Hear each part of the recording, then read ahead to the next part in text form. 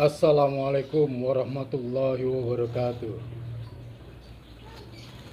Aye, coba bacain puisi dengan gaya-gaya Betawi.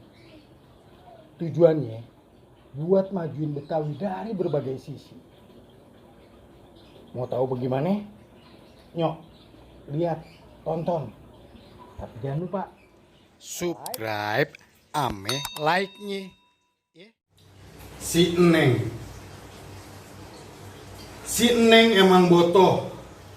Alis matenya kayak lelue, hidungnya bangir kayak keong sawah menclok di gedebong pisang. Bulu tipisnya belauran kayak kembang jambu yang merutuk jatuh di pelataran.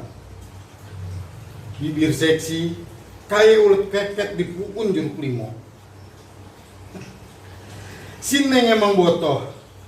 Body ngigel kayak entok nyelupin palenya di kolam. Pantat ngegibas geol-geol kiri kanan, si pejantan lantas aja ngepakin sayapnya. Si Neng emang botoh. Bulu mata Neng udah kayak untayan daun kemangi. Badan Neng wangi.